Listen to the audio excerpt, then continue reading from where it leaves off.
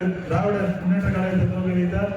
அந்த 49 தொடங்கி 67 அதான் அண்ணாமலை ஆட்சிக்கு வருகிறார். ஆட்சிக்கு வந்த பிறகு 2 ஆண்டுகள் காலம் அவர்களை கொண்டு செல்கிறது. அதற்கு பிறகு புரட்சி தலைவர் வருகிறார், அம்மா வருகிறார். அதே போல பெரிய ஜமீன்தார்களின் ராஜ்யத்தை எல்லாம் கொண்டு வந்து சமச்சீர் தேர்தல் இயக்கம், சீர்திருத்த கல்யாணங்கள் மற்றும் அவருடைய பரிசாக வச்சிருந்தது ஒன்றே குலம் ஒருவனே தெய்வம். அதே மாதிரி மாற்றான் கோழிகைக்கும் மல்லிகைக்கும் மனம் உண்டு போன்ற முக்கியமான காலங்கள் அதை எடுத்து வந்து செய்தார்கள். அதை தொடர்ந்து நம் புரட்சி தலைவரும் புரட்சி தலைவி அம்மாவும் எடப்பாடியார் அவர்களும் செவ்வனை கொடுத்தார்கள். நம்ம டோட்டலா அதிமுக ஆட்சி 32 ஆண்டுகள் தமிழ்நாட்டு ஆண்டு இருக்கு. இன்றைக்கு தமிழ்நாடு இந்த அளவுக்கு முன்னேறி இருக்குன்னா அது அதிமுக வரலாறும் இருக்குது. நம்ம கொடியிலேயே அண்ணா தாங்கி அண்ணா திராவிட முன்னேற்ற கழகத்தை வச்சிருக்கிறோம். அதே மாதிரி இன்னைக்கு ஆட்சியில் இருக்கிறவங்க அண்ணா பிறந்த நாளுக்கு பொதுக்கூட்டம் நடத்துறதுல நாம தான் நடத்திட்டு இருக்கிறோம் என்று கூறிக்கொண்டு இந்த வாய்ப்பை கொடுத்ததற்கும் இந்த நிகழ்ச்சியை காலையிலிருந்து மிக சிறப்பாக நடத்துவதற்கு உறுதுணையாக இருந்த இந்த தெற்கு பகுதி நிர்வாகிகளுக்கும் குறிப்பாக இந்த 34, 35, 36 வார்டுகளுக்கு உட்பட்ட அனைத்து நிர்வாகிகளுக்கும் இதன் வாயிலாக நன்றியை தெரிவித்துக் கொண்டு அடுத்ததாக திரு ஜேபி அவர்களை பேசுமாறு அழைக்கிறேன். வணக்கம்.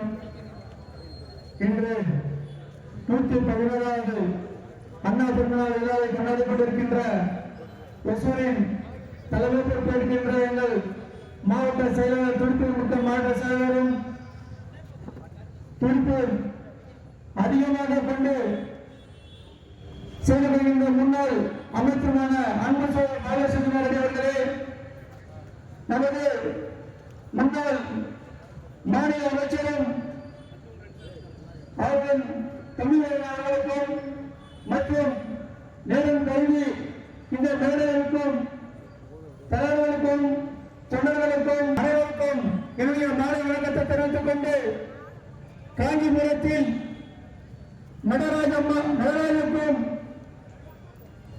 பங்காருக்கும் பிறராக பிறந்த அண்ணன் அவர்களின் பச்சையப்பா பள்ளியில் படித்து காஞ்சிபுரத்தில் பச்சையப்பா கல்லூரியிலும் மேல்படிப்பை படித்து மக்களுக்கு எத்தனையோ பல்கலை செய்யும் இந்த தமிழ்நாட்டில் அதிகமான பல்கலைக்கழகம், அண்ணா விமான நிலையம், அண்ணா நூலகம், அண்ணா தெருவுகள் என்று பல அண்ணாவுக்கு மட்டும்தான் பேர் இருக்கின்றது என்று நம் தமிழ்நாட்டை தெரிந்து கொள்ளலாம்.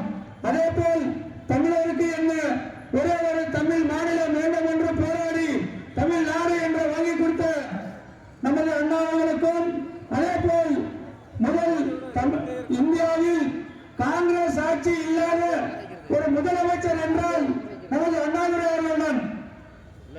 இந்த பெருமையை நமது தமிழ்நாட்டுக்கு சேர்த்தோம். அதே போல் அன்று 1942 இன்று காங்கிரஸ் தொழில் இல்லாமல் யாரும் முதலமைச்சர் ஆக முடியாது. ஆனால் அவர் ஒரே ஒரு முதலமைச்சர் என்றால் நமது அறிஞர் அண்ணா அவர்கள். இது போல் பேச வேண்டும் என்றால் எத்தனையோ பேசிக் கொண்டிருக்கின்றோம்.